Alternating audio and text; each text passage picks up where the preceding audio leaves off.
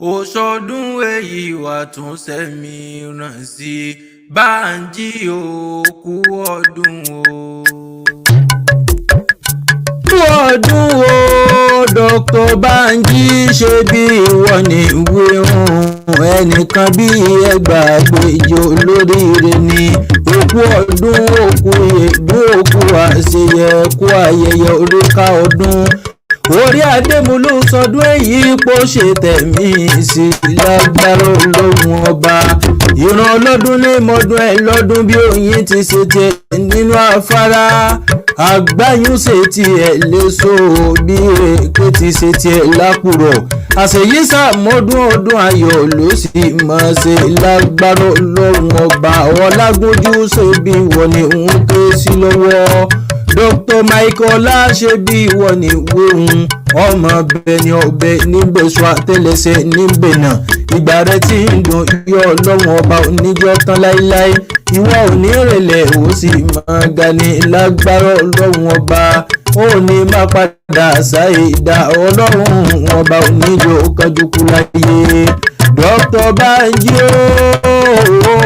ọlágúnjú ṣe bí ìwọ ní ń ké sí ọdọọdún la rórógbó ọdọọdún la ráwùsà ọdọọdún ni láṣọ lógúnlógún ọdọọdún ni kàn án so lọ́gbọ̀n lọ́gbọ̀n ọdọọdún sápórúwé ọdọọdún lè wà àṣeyí sàmọ́dún ọdún ayọ̀ ló sì máa ṣe lágbára ọlọ́run ọba Dr. Michael ṣe bí ìwọ ní ń ké sí lọ́wọ́ Lady K ìfẹ́ olúwa lónìí máa kí ọkú ọjọ́ ibi èní kó sọ̀kọ̀ rẹ̀ láyé nínú àlàáfíà ara pé kó nípa òní máa nira lágbára ọlọ́run ọba oníjó kájúkú láyé Lady K ìfẹ́ olúwa ní máa pẹ́rù rẹ̀ sọ wọn láyé ó ní máa pọ́wọ́ rẹ̀ ọmọ pọ̀ sí ni ọlá rẹ̀ ọmọ pọ̀ sí ni àrísìkí ló máa pọ̀ sí ni ẹgbà onígbàlẹ̀ ọwọ́ rẹ̀ dànù láyé tó wá ọmọ oníkúmọ̀ lójú ìwọ náà ò ní bọ́ sọnù lọ́wọ́ àwọn ọmọ ọlọ́run ọba oníjó kájúkú láyé Dr. Bánjí ọlágúnjú ṣe bí ìwọ ní ń ké sí lọ́wọ́ Lady K ìfẹ́ olúwa ní máa gbalẹ̀ àwọn bàbá tó bí ọlọ́mọ lọ odò ọwá ní Kwara ní sílùú àwọn bàbá tó bí ọlọ́mọ ẹ̀yin lọ́ máa rọ́jò gboyè ọmọ ògúnná ọmọ nílé ọlá ẹ̀yin lọ́ máa wórin tó lọ́rọ̀ àgbẹ̀dẹ mi ṣùṣù lọ́nà àtìrì ọmọ olóko ìlara ọmọ olóko ìlara ní ọgbọ́gì bàbá tó bí ọlọ́mọ ọmọ olóko mẹ́yà aṣù ọmọ olówó mẹ́yà tán lónìí mo rí ibà lọ́dọ̀ bàbá tó bí ọlọ́mọ ọmọ ológbòwò ẹ̀yin lọ́ máa bára jíjọ bí ewé ìgbà ẹ̀yin lọ́ máa mú mẹ́fà ìyẹn bí àgbàdo ẹ̀ta gbèríkèǹgé ní alẹ́ àwọn bàbá tó bí ọlọ́mọ ní èjìmókùkù gbogbo ọkọ̀ tó kù ní táwọn bàbá yín fi ń ṣe nínú ilé bàbá tó bí ọlọ́mọ ọmọ arójò ìjòyè ọmọ agúngúnná ọmọ nílé ọlá lónìí mo rí bá lọ́dọ̀ àwọn bàbá tó bí ọlọ́mọ Dr. Bánjí ọlágúnjú ṣe bí wọ́n ní òun ké sí lọ́wọ́ àṣeyí sàmọ́dún ọdún ayọ̀ ló sì máa ṣe lágbára ọlọ́run ọba yàrá pé ta ní kéré látẹ̀ka orí adé àlà ní lórúkọ tèmi jẹ́.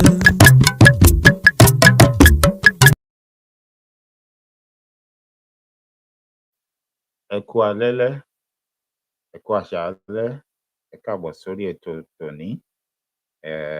Ẹ má bínú pé ó pẹ́ mi díẹ̀. Mo ń bọ̀ ná, mi ò tíì dé. Gbàrà tí wọ́n mú Jésù The báyìí. day Jesus Christ was caught, Pétérù fa ìdáyọ. Peter drew out his Ó sword ṣá ẹnìkan létí and bẹ̀. cut somebody's ear. Ẹ̀gbọ́n tí Jésù Do sọ. you hear what Jesus Christ said? Kò ní kó sọ ìdá He ẹ̀ did nù. not tell him to Ó throw away ní that ta sword. tẹ́ padà sínú akọ ẹ. He said, keep back that sword in the shirt. Tẹ́ padà sínú akọ ẹ. Keep it back in the Ẹ shirt. tó bá fi ìdàlà máa fi Anybody pa. that kills with the sword shall die by the sword. Nísìn Now, wọn ò tí ì pa ẹnikẹ́ni. nobody has been killed. Wọ́n kàn mú mi ni. They have just caught So me. o ò lè lo ìdà láti fi pààyàn So náà. you don't have the right to kill anybody with Ṣùgbọ́n tó a bá pa sword. ènìyàn, But when they kill, ìdàlà ó fi pa ẹni tó pa that yìí. person will be killed as Tó well. sọ nìyẹn That's náà. what Jesus Christ was saying. Tẹ́ bá tún lọ sí ìwé ìfihàn If you go to the Revelation 30 verse 10. 13 verse 10, ẹ tó bá pààyàn nípa idà. Anybody that kills by the nípa sword idà la ó ti pa. shall by the sword be slain. Bíbélì sọ̀nà. That's what the Bible says. mi ní kẹ̀kẹ́ kìlẹ̀ lóògùn. I'm not saying you should start going to the Rárá. herbalist house. Rárá. No. ṣùgbọ́n But ẹ ṣeun tẹ mọ̀ pé ó tọ́ tó yẹ. do things that you know that are láti fi right. protect ara yín, àwọn ọmọ yín, ọkọ yín, ìyàwó yín, ìlú yín, agbègbè yín. That you can use to protect yourself, your family, your surroundings, your environs. o ò lè gbé ìbọn. If you cannot bear arms, But Bíbélì sọ pé ká padà sí ilé. but the Bible says we should go back pé home. ká fi ẹ̀kọ́ Kristi tì ná. Set aside the teachings of ká Christ. padà sí Let ilé. us go back ṣé home. bínú Bíbélì ló wà? Is it not in the Bible? Hébérù 6:1. Hebrews chapter 6 verse 1. ṣùgbọ́n But ó ní ẹ padà sílé. he said, go back kẹ́ home. ṣe pípé. Do the perfection. kí ni pípé? What is the perfection? kí ni pípé? What's the perfection? ó ní ṣùgbọ́n He said, but ẹ má lò nípa ti èṣù. don't use it in the ẹ ways of the ṣe devil. pẹ̀lú pàtì Ọlọ́run. Do it in the ways of God. má ṣe ògùn tó máa bá tiyan jẹ́, má ṣe tó máa pànìyàn. má Don't ṣe do tó máa things that gbẹ̀rù. will destroy people's life. That will ṣùgbọ́n kill people. àkókò ẹ̀ nìyí o. But this is the time. àkókò rẹ̀ nìyí. This is the time. àkókò tá a máa tọ́jú ara wa This is the nìyí. time to take care of Jésù ourselves. ni mo wá nípa tara. Jesus Christ said, I mo wá came nípa physically tẹ̀mí. and spiritually. nípa tẹ̀mí là ń bá lọ tẹ́tẹ́lẹ̀. We are going but báyìí sí But now, nípa tara ni. we have to go in the physical. mo ti Jésù sọ nìyẹn. That's what Jesus Christ said. mi ò ní olóṣàyà gbàgbà. I'm not saying you should be audacious. rárá o. No. ṣùgbọ́n But try try. tí ò bá bọ́ sí gbà náà. If it does not work after you've tried your best, ó kù sọ́wọ́ Ọlọ́run. then it is left to God. iṣẹ́ àwọn àpọ́sù Acts of the Apostles, 19 chapter 19, verse 12. verse 12.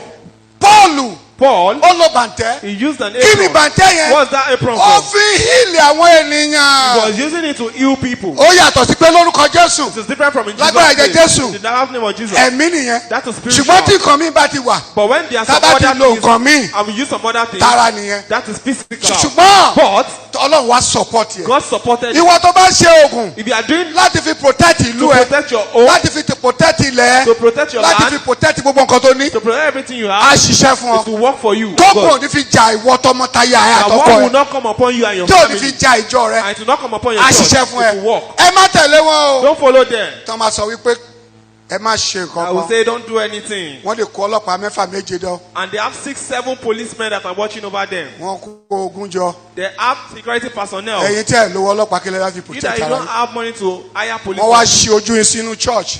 they will not put your eyes in the kẹ́ máa church wá sí church. so that you can be coming to church. kẹ́ máa wá sí church. So that you can be coming to so church. tẹ́ bá fẹ́ kú kẹ́ kú. So that if you want to die, you can even die. Àbí? Is that all? irọ́ o. No. àwọn ọmọjọ tèmi. My own èmi members, sọ fún yín I'm báyìí. telling you, ẹ má ṣe oògùn kà. don't do ẹ evil má ṣe ohun tó máa stuff. bá tènìyàn jẹ́. Don't do things that will destroy ṣùgbọ́n people's bíbélì life. tí mo kóòtù fún yín But yẹn, what I've quoted ẹ lọ for you, kà á go and read it by ohun tó bá yẹ yourself. kẹ́ ṣe. Whatever you're supposed to do, ẹ ṣe do it. kò sẹ́ṣẹ̀ mbẹ̀. There is no sin in it.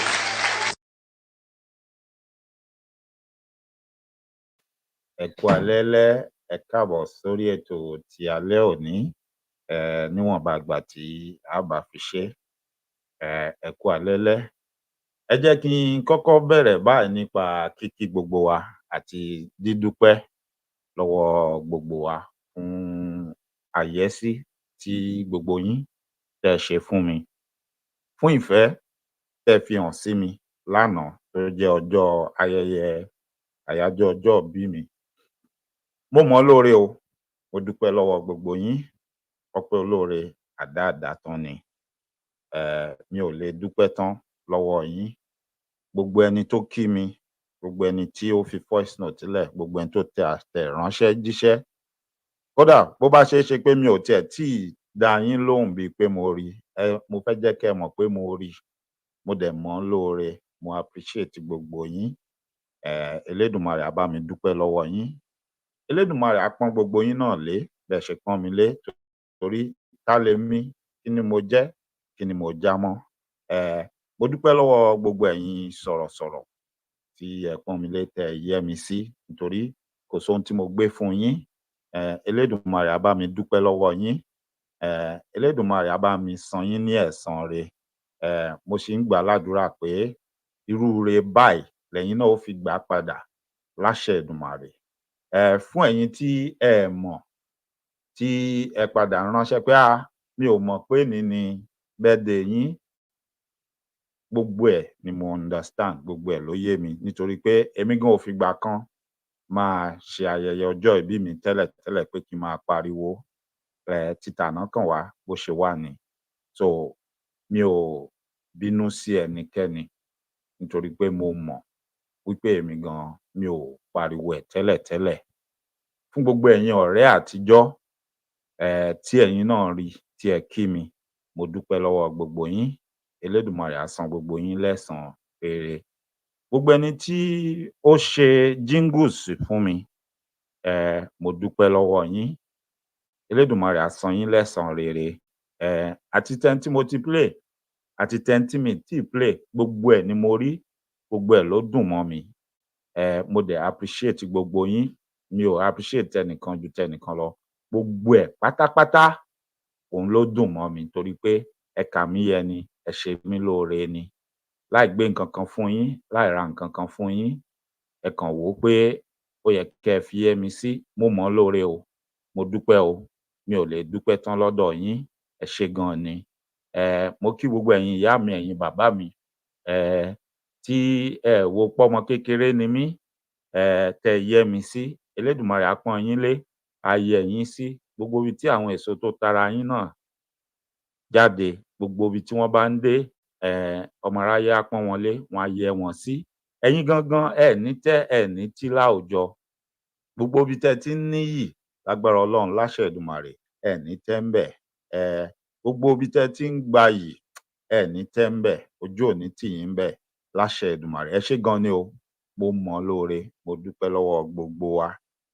Gbogbo ibi tí oníkálùkù tẹ́ ti mú owó àbí tẹ́ ti mú nǹkan kan àbí kejì, tẹ́ fi pọ́n mi lé, tẹ́ fi yẹ́ mi sí, mo gbà ládùúrà Elédùmarè á bá mi fi púpọ̀ á fi rọ́pò fún yín. Ẹ ṣé gan ni. Mo dúpẹ́. Fún gbogbo àwọn tó bi mí pé mi ì bá ti tètè sọ àwọn fẹ́ ṣe nǹkan kan, bó tiẹ̀ ṣe pé màá fi porí nǹkan kan láti fi fún àwọn èèyàn kan pé àwọn fẹ́ ta mí lọ́rẹ. Ẹ má bínú, ṣé ẹ mọ̀, kì í ṣe ohun tí èèyàn ti gbà lérò tẹ́lẹ̀, téèyàn wá ṣètò ẹ̀ lẹ̀. Ijọ́ míì, á máa gbìyànjú irú ẹ̀. Ẹ ṣé gan ni. Mo mọ̀ ọ́ lóore. Wọ́n ní ká dúpẹ́ lọ́wọ́ ẹni tó dìkúùkù tó ní ká gbà. Bí nǹkan bá wà ńbẹ̀ yóò fúnyàn. Mo dúpẹ́ lọ́wọ́ yín. Mo mọ̀ ọ́ lóore. Fún gbogbo ẹ̀yin sọ̀rọ̀sọ̀rọ̀ Yorùbá Nation pátápátá, níwọ̀nba ìgbà táwọn kan ti kí mi, èmi ti gbà pé gbogbo yín náà lẹ ti kí mi. Bẹ́ẹ̀ ni, láì yọ ẹnì kankan lẹ̀. Nítorí pé kí ni, ó fi hàn yín pé ìfẹ́ àti àjọṣepọ̀ ó ṣì wà láàrin wa. Mo mọ̀ ọ́ lóore. Mo dúpẹ́. Ọwọ́ gbogbo yín ni mo sì ti ń dúpẹ́. Mi ò yọ ẹnikẹ́ni sílẹ̀. Mo rí olóyè Kóìkí náà. Mo rí fọ́nrán wọn. Mo rí mẹ́séjì wọn. Ẹ ṣé gan ni. Ìyá mi Fúnkẹ́ Ìyálájé, ẹ ṣé gan ni. Elédùmarè á dilé àti ọ̀nà gbogbo yín mú. Bàbá mi Moses Adélékè, ẹ ṣé gan ni. Bàbá mi Moses Abíọ́dún Òjó, mo dúpẹ́ lọ́wọ́ yín. Màámi Olúrẹ̀mí Kílàńkó Ọ̀gábí, ẹ ṣé gan ni. Mo dúpẹ́ lọ́wọ́ yín. Gbogbo ẹ̀yin ìyá mi, ẹ̀yin bàbá mi lórí ìkànnì. Bàbá mi Ọláwálé Àlàbí, alàgbà Gestroy tí Àràoyè, ẹ ṣé gan ni. Bàbá mi Kẹ́hìndé Òsénì Saliman, ẹ ṣé gan ni. Bàbá mi, ìyá mi Ògúnmọ́lá Veronica, àti gbogbo àwọn àgbàlagbà tó kù tí wọ́n tì sí lórí ètò báyìí tí mi ò rántí orúkọ wọn. Gbogbo yín pátápátá ni mò ń dúpẹ́ lọ́wọ́ yín torí ta lèmi. Ta lèmi. Ṣùgbọ́n mo dúpẹ́, mo mọ̀ ọ́ lóore. Elédùmarè tó so wá pọ̀, tó ní kí ìrìn àjò wa papọ̀, kò ní jẹ́ ń tẹ́ lọ́wọ́ yín. Àjọṣe wa ò ní bàjẹ́ láṣẹ Èdùmàrè. Ẹ ṣé gan ni. Mo kí yín o, ìyáàfin Eunice Adélẹ́yẹ, ẹ ṣé gan ni. Gbogbo bẹ́ẹ̀ ṣe yẹ́ mi sí, mo mọ̀ ọ́ lóore. Mo dúpẹ́ lọ́wọ́ yín. Ìyáàfin Yèyé Dára, mo kí yín o. Ẹ ṣé gan ni. Elédùmarè á bá mi dúpẹ́ lọ́wọ́ gbogbo yín. Bàbá mi, Ẹnúdùnjiyọ̀ olórin ìbílẹ̀, ẹ ṣé gan ni. Mo mọ̀ pé ó ká yín lára. Ẹ ní kí ló dé tẹ́ ẹ mọ̀, ẹ̀yin náà pé tó bá dijọ́ mi, ẹ má bínú sí mi. Elédùmarè á dilé àti ọ̀nà yín mú. Ìyá mi Àṣàkẹ́ TV, mo tún kí yín lẹ́ẹ̀kan sí. Ẹ ṣé gan ni o. Elédùmarè á bá mi dúpẹ́ lọ́wọ́ yín. Bàbá mi Àkàlàmàgbò TV, mo dúpẹ́ lọ́wọ́ yín lẹ́ẹ̀kan sí. Elédùmarè á bá mi dúpẹ́ lọ́wọ́ yín. Lady K International, thank you so much. You are highly appreciated. Mo mọ̀ ọ́ lóore o. Bàbá mi Bàbá Lẹ́kìtì, ẹ ṣé gan ni. Mo mọ̀ ọ́ lóore. Elédùmarè á bá mi dúpẹ́ lọ́wọ́ gbogbo yín. Ẹ ṣé gan ni. Ọ̀rẹ́ mi pàtàkì, èèyàn mi pàtàkì, Táíwò Thomas Ìmọ́lẹ̀ Yorùbá One, mo dúpẹ́ lọ́wọ́ ẹ̀. Elédùmarè á pọ́n ẹ lé o bó ṣe ń pọ́n mi lé, nítorí I'm a nobody, but ó ń pọ́n mi lé. Elédùmarè á bá mi pọ́n ẹ lé, Elédùmarè á yẹ́ ẹ sí. Gbogbo ohun tó nílò tí ìgbé ayé ò fi rọrùn fún ẹ, Elédùmarè á bá mi fi jíǹkí ẹ. Ò ní táwọ́ náà, ò ní tàràkà, ò ní tọrọ jẹ o, lágbára Ọlọ́run láṣẹ Èdùmàrè. Ẹ ṣeun gan ni, mo dúpẹ́ lọ́wọ́ gbogbo yín. Gbogbo ẹni tí mi bá rántí dárúkọ yín, ẹ má bínú sí mi. Gbogbo ẹ̀yin ọ̀rẹ́ mi tẹ́ kí mi náà, mo dúpẹ́ lọ́wọ́ yín. Mo mọ̀ ọ́ lóore o. Michael Amosun, you are highly appreciated. Tó bá ń sọ̀rọ̀ ọ̀rẹ́ gidi, àwọn tí ò kí ń fojú dìyàn láti kékeré wá, tájọ wà nílé ẹ̀kọ́ gíga bíi 5 and 6 ni wá. Òun wá láti ilé ọlá, èmi ọmọ àtàpátá dìde, ṣùgbọ́n kò rí mi bẹ́ẹ̀. Ọ̀rẹ́ àti àjọṣe wa ó ní agbára nígbà náà. Ọ̀pọ̀lọpọ̀ gan ò mọ bí mo ṣe jẹ́ pẹ̀lú ẹ̀. Mo dúpẹ́ o, thank you so much, you are highly appreciated. Ó tún léèyàn kan pàtàkì tí mi ò gbọdọ̀ mọ́ dárúkọ. Samsideen Ọlálékan, tó bá gbọ́, mo mọ̀ ọ́ lóore, mo dúpẹ́, torí àjọṣèwé ni. Gbogbo yín ẹ bá mi kọ́wọ̀ọ́ rìn, ẹ wo tírú ibi tí mo ti jáde, ẹ rí mi gẹ́gẹ́ bíi pé èèyàn kan ní. Mo dúpẹ́ lọ́wọ́ yín. Alàgbà Jayọ̀lá Káyọ̀dé Bọ́lájí, social prefect, ẹ ṣeun gan ni, mo dúpẹ́ lọ́wọ́ gbogbo yín.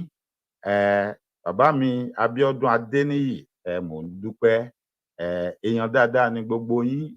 Gbogbo yín tá a jọ parí. Rótìmí Ìbídámitán, I will not forget you. Thanks gbogbo yín for not being a fair weather friend. Thanks for always being there. I appreciate you all. Elédùmarè á bá mi dilé àti ọ̀nà gbogbo yín mú. Ohun tí gbogbo yín tí ẹ ó fi ṣe ilé ayé yín, Elédùmarè á bá mi fi jíǹkí yín. Ẹ ní tẹ́ láwùjọ o, ẹ ní tí láwùjọ láṣẹ Èdùmàrè. Ẹ ṣé gan ni.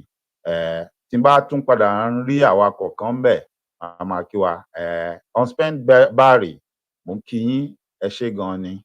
Elédùmarè á bá mi dilé àti ọ̀nà yín mú. Gbogbo bí gbogbo yín ṣe kí mi, tẹ́ yẹ́ mi sí, tẹ́ pọ́n mi lé, Elédùmarè á bá mi yẹ́ yín sí, àpọ́n yín lé. Ẹ̀yin náà ẹ ní tẹ́ o, ẹ ní tí, ojú ò ní ti ẹnikẹ́ni nínú gbogbo yín. Mo ń kí yín, ẹ ṣé gan ni. Láì dènà pẹnu, ẹ jẹ́ á bẹ̀rẹ̀ sí wọnú ètò tòní lọ. Fọ́nrán tí mo kọ́kọ́ fi wọlé, tí mo play yẹn, mo mọ̀ọ́mọ̀ play ẹ̀ ni. Bẹ́ẹ̀ ni, mo fẹ́ fi rán wa létí. Ṣẹ rántí 2022, irú àwọn ọ̀rọ̀ tó ń jẹ jáde àti gbogbo ohun tó ń ṣẹlẹ̀. Fọ́nrán tá a jọ wò yẹn, àlùfáà yẹn wọ́n ṣe fọ́nrán yẹn jáde lẹ́yìn ìṣẹ̀lẹ̀ tó ṣẹlẹ̀ nílé ìjọsìn ní Ọ̀wọ̀, àti àwọn ọ̀pọ̀lọpọ̀ nǹkan tó ń ṣẹlẹ̀ káàkiri àwọn ilé ìjọsìn. Nígbà yẹn ni àwọn òjíṣẹ́ Ọlọ́run kọ̀ọ̀kan wọ́n ń jáde, wọ́n ń sọ pé báwọn ṣe rí lọ́dọ̀ tàwọn leléyìí. Wọ́n dẹ̀ ń ṣe ìkìlọ̀ pé kí ẹnikẹ́ni kó má dúró tẹtẹrẹ. Ẹ ṣé bàbá mi Àkàlàmàgbò TV, Elédùmarè á bá mi dúpẹ́ lọ́wọ́ yín, mo mọ̀ ọ́ lóore o. Elédùmarè á dilé àti ọ̀nà yín mú. Thank you so much. Ẹ bá mi jíṣẹ́ fáwọn tó kù náà. Níwọ̀nba ìgbà tẹ́yìn kan ti ṣe, gbogbo wa náà la ṣe. Mo dúpẹ́ o, mo mọ̀ ọ́ lóore. Ẹ bá mi dúpẹ́ lọ́wọ́ àwọn bàbá wa náà. Wọ́n ṣé gan ni, mo dúpẹ́. Torí àwọn náà kó gbogbo wa jọ. Bí gbogbo yín ṣe ń kí mi, tẹ́ ń bá mi yọ̀ lánàá, ẹ mọ̀ mí rí láti ibì kankan. Orí pà ń sọ̀rọ̀ Yorùbá Nation yìí ni. Àbí àwọn wo wá ni Elédùmarè fi gbé gbogbo ẹ̀ kalẹ̀ tó fi rí bẹ́ẹ̀? Àwọn bàbá yìí náà ni. Mo dúpẹ́ lọ́wọ́ Elédùmarè fún ẹ̀mí wọn. Mo dúpẹ́ fún ayé wọn. Mo dúpẹ́ fún ìrìn àjò wọn. Mo dúpẹ́ fún ohun tí Elédùmarè lò wọ́n fún, nítorí pé ọmọ Yorùbá, àwa ń mọra wa, à ń bára wa ṣe, à ń kíra wa, à ń yọ̀ pẹ̀lú ara wa. Irú ayọ̀ la máa gbọ́ lágbàlá ẹnì kọ̀ọ̀kan wa láṣẹ Èdùmàrè. Ẹ ṣé gan ni. Gẹ́gẹ́ bí ohun tí mò ń bá bọ̀, wọ́n wá ń ṣe oríṣiríṣi fọ́nrán jáde. Wọ́n ń kìlọ̀, ẹnikálukú ń sọ tiẹ̀ pé ojú tèmi fi rí rèé, bó ṣe lọ rèé.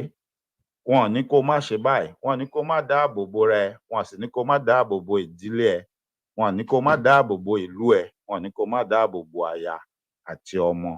ohun tí ò dáa tí ò yẹ kó ṣe ni pé má ṣe ohun tí yóò lọ pa ọmọlàkejì lára àbí tí ó dá wàhálà lẹ̀ sí ilé ayé ọmọlàkejì. Ṣùgbọ́n tó bá ṣe ohun tí wàá fi dáàbò bo ara ẹ àti nǹkan ní ẹ ni pé kò sí láburú ń bẹ̀ tí ò bá ti pa ọmọlàkejì lára.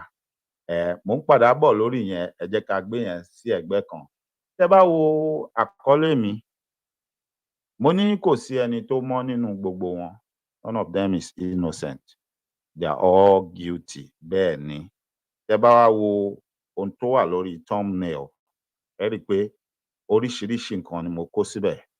Ẹ rí eléyìí tó represent seal of the President of the Federal Republic of Nigeria, seal of the Vice President of the Federal Republic of Nigeria, Nigerian Labour Congress, ti Senate wà ńbẹ̀, ti House of Rep ó wà ńbẹ̀, ti National Agency for Orientation, if I'm not mistaken, gbogbo wọn náà wà ńbẹ̀. Ẹ rí àwòrán ṣọ́ọ̀ṣì, ẹ rí ti mọ́sálásí, ẹ rí ti ìṣẹ̀ṣe, àbí bẹ́ẹ̀ kọ́? Nítorí pé kí ni gbogbo wọn náà lọ́wọ́ ńbẹ̀. There is nobody, none of them is innocent. Lẹ́nu ọjọ́ mẹ́ta yìí, bàbá wa alàgbà Fẹ́mi Fálànà, wọ́n sọ̀rọ̀ níbi ayẹyẹ kan tí wọ́n ṣe níbi ètò tí wọ́n ṣe fún olóògbé Olúkóyè Ransom Kuti. Fọ́nrán yẹn ti lọ káàkiri, ọ̀pọ̀lọpọ̀ yín ti wò ó. Wọ́n béèrè àwọn ìbéèrè kan ńbẹ̀. Àwọn ọ̀rọ̀ kan jẹ jáde, wọ́n sọ̀rọ̀ nípa àwọn nǹkan kan. Pàápàá jùlọ tó ní ṣe nípa owó. Wípé àtijọ́ tí wọ́n ti ní wọ́n yọ owó epo, wípé wọ́n yọ ẹ̀kúnwó owó epo nítorí pé wọ́n rí i pé ara ibi tí ó ń fa wàhálà ní pé tán bá ṣe bẹ́ẹ̀, owó tán yọ kúrò yẹn, wọ́n á lè máa tún fi ṣe nǹkan fáráàlú. Wípé okay, gbogbo owó tán gbà ń bẹ̀, bó ló ṣe jẹ́ ń bo ló wọlẹ̀ sí. Ẹ jẹ́ á gbọ́ fọ́nrán yẹn díẹ̀. Mr. President, and you must ask for explanation on this.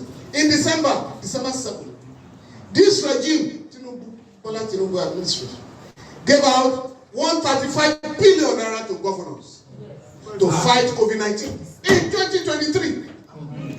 Do you know what I'm talking about? Ẹ jẹ́ ká kọ́kọ́ dá dúró ń bi ibẹ̀ yẹn. Ṣẹ́gbọ́n tó ń sọ in 2023, which was last year, wọ́n ní ìjọba ààrẹ Bọ́lá Ahmed Tinubu wípé wọ́n náwọn mú 123 billion, tí mi bá ṣe mistake. Wọ́n pín fún àwọn gómìnà wípé kí wọ́n fi fight COVID-19. Ẹ gbọ́ dáadáa o. Wọ́n fún wọn ní òbítíbitì owó yẹn pé kán fi fight COVID-19. Láì dènà pẹnu, láì tanra wa jẹ. Ẹ dákun, ní 2023, wọ́n ní wọ́n fún àwọn gómìnà, wọ́n pín owó yìí pé kán fi fight COVID-19. COVID-19 èwo ni wọ́n ń fight? Ṣé eléyìí tó ti ṣẹlẹ̀ tí ọ̀pọ̀lọpọ̀ àwọn orílẹ̀-èdè káàkiri àgbáyé tán ti ń gbàgbé nípa ẹ̀, tó kàn jẹ́ pé ẹnu nǹkan tó kù ńsìn wọ́n manage ràlẹ̀rálẹ̀ tó kù ni. Wọ́n dẹ̀ ṣètò bí wọ́n ṣe ń manage ẹ̀. Wọ́n dẹ̀ ti ṣe ìdánilẹ́kọ̀ọ́ fóníkálukú ọ̀nà àti ìlànà tá a lè gbà kí èèyàn má bàa kó COVID-19. Now, ẹ jẹ́ kí n béèrè lọ́wọ́ ara wa.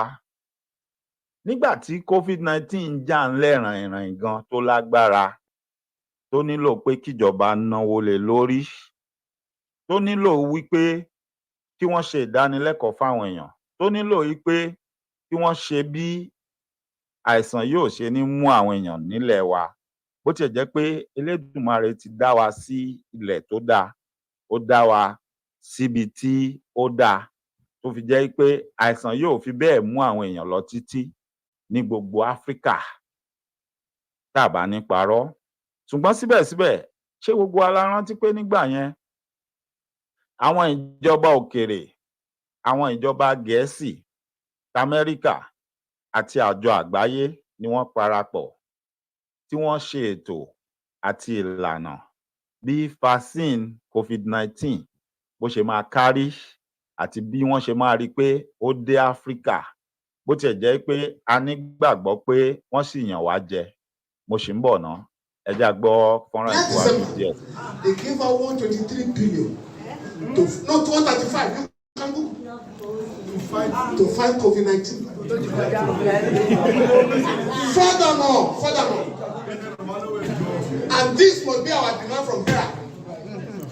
This regime must, and if we have to go to the street, it's so fundamental.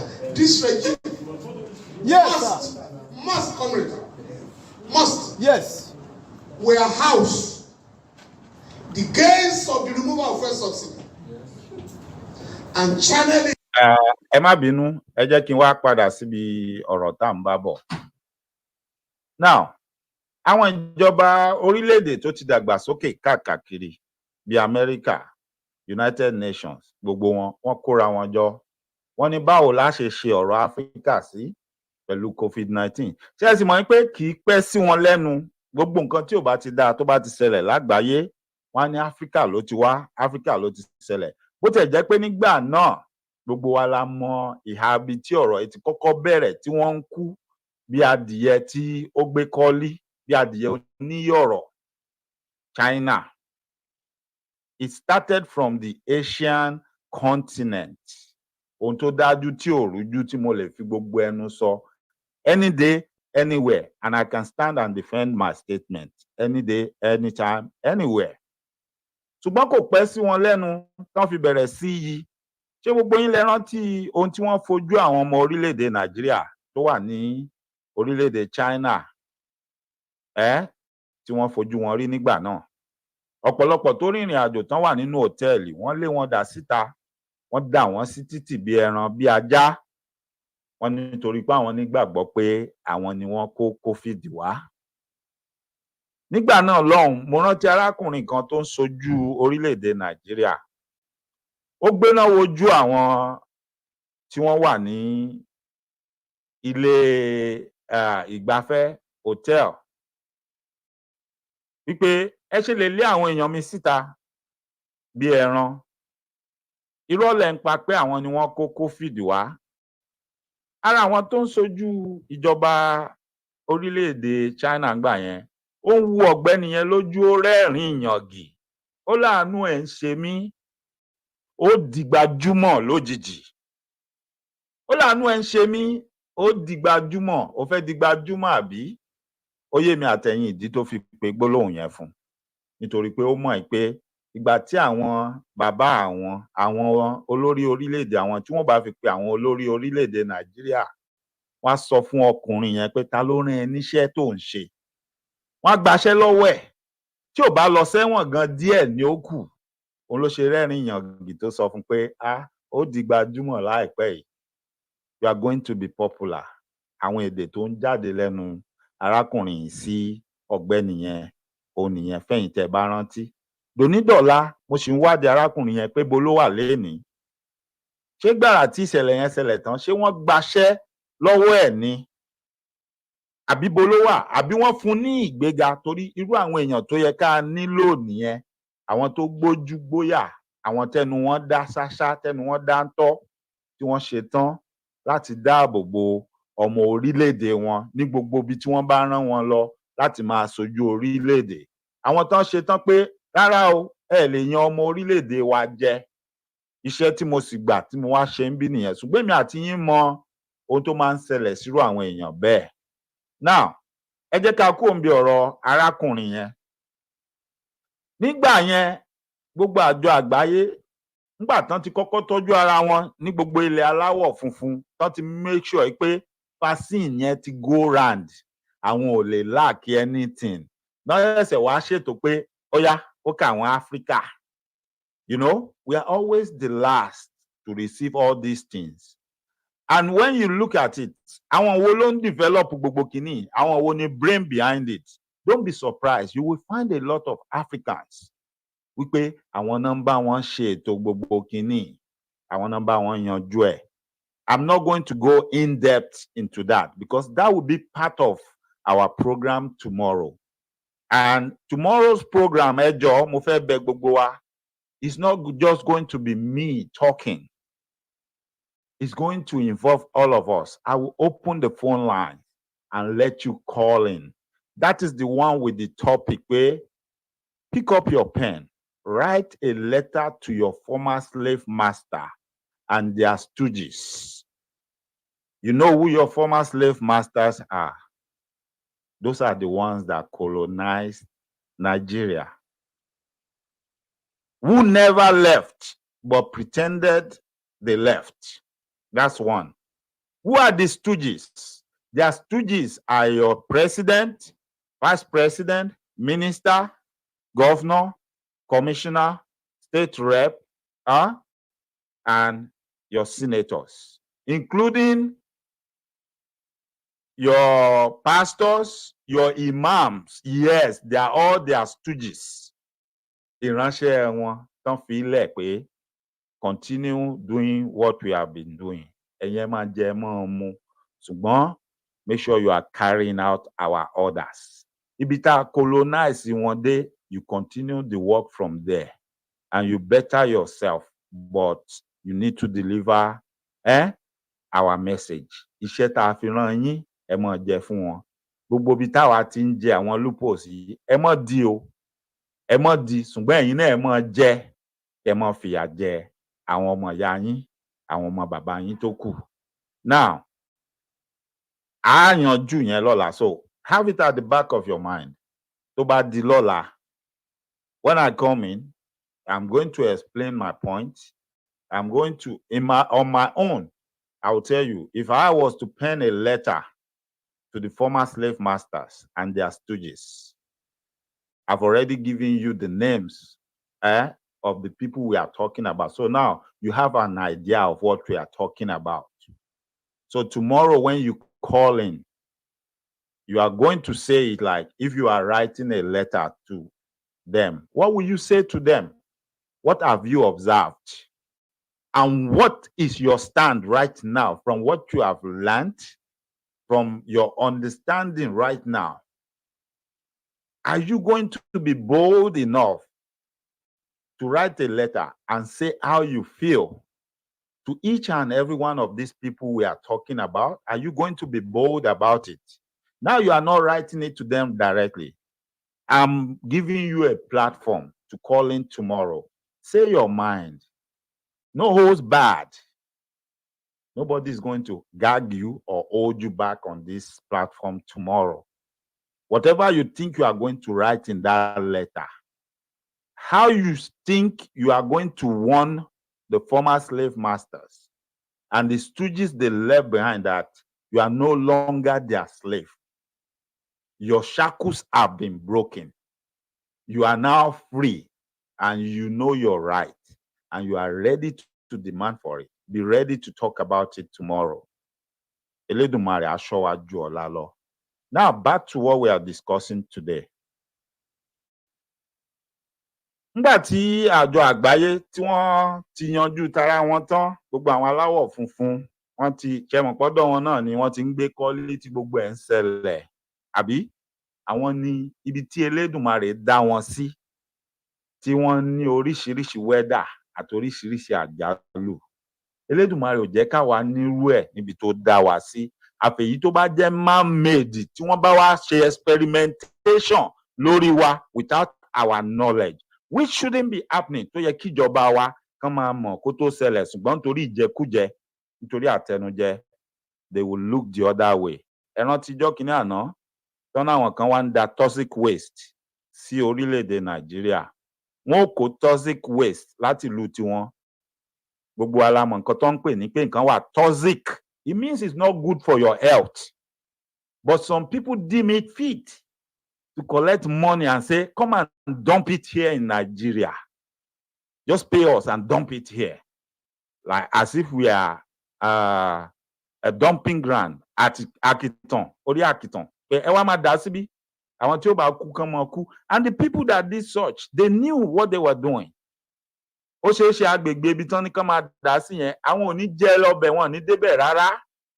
Gbogbo nǹkan ọ̀gbìn tán bá gbọ́ pé ó wá láti agbègbè yẹn, àwọn ò ní bá wọn fẹnu kàn. ṣé mọ̀ pé àwọn náà mọ àṣírí tó wà lẹ́yìn ẹ̀ èmi àtẹ̀yìn láàmọ̀ látọjọ́ táyé ti dáyé èmi ò gbọ́ pé àìsàn jẹjẹrẹ kánsà ó dédé ń pa àwọn èèyàn bígbà tẹ́dìyẹ ń gbé kọ́lí tán ń kú ní Nàìjíríà mi ò gbọ́ rí àfi ní ìsìn tá à ń gbọ́ tó wà rampant tó bá tiẹ̀ ń ṣẹlẹ̀ tẹ́lẹ̀ kò common it's only on rare occasions which tẹ́ bá sì lọ wá díẹ̀ ọ̀pọ̀lọpọ̀ àwọn tó máa nírú ẹ̀ á já wọn tí ì ṣe pé wọ́n ń fi orílẹ̀-èdè Nàìjíríà ṣe bùgbé àwọn tó ń rìnrìn àjò tán ti lọ ń gbèlú òyìnbó tán ti jẹjẹkújẹ àwọn oúnjẹ tí wọ́n fi kẹ́míkà gbìn àwọn oúnjẹ tán fi ṣe experimentation gẹ́gẹ́ bí mi àti yín ṣe mọ̀ pé ọ̀pọ̀lọpọ̀ oúnjẹ wọn òun lẹ́ ṣe rí gbogbo ẹ̀ ó wú bàǹtùbàǹtù á wú rìgìdì ẹdìyẹ wọn á ṣe gbàǹgbà tọ́kì wọn á ṣe gbìngbì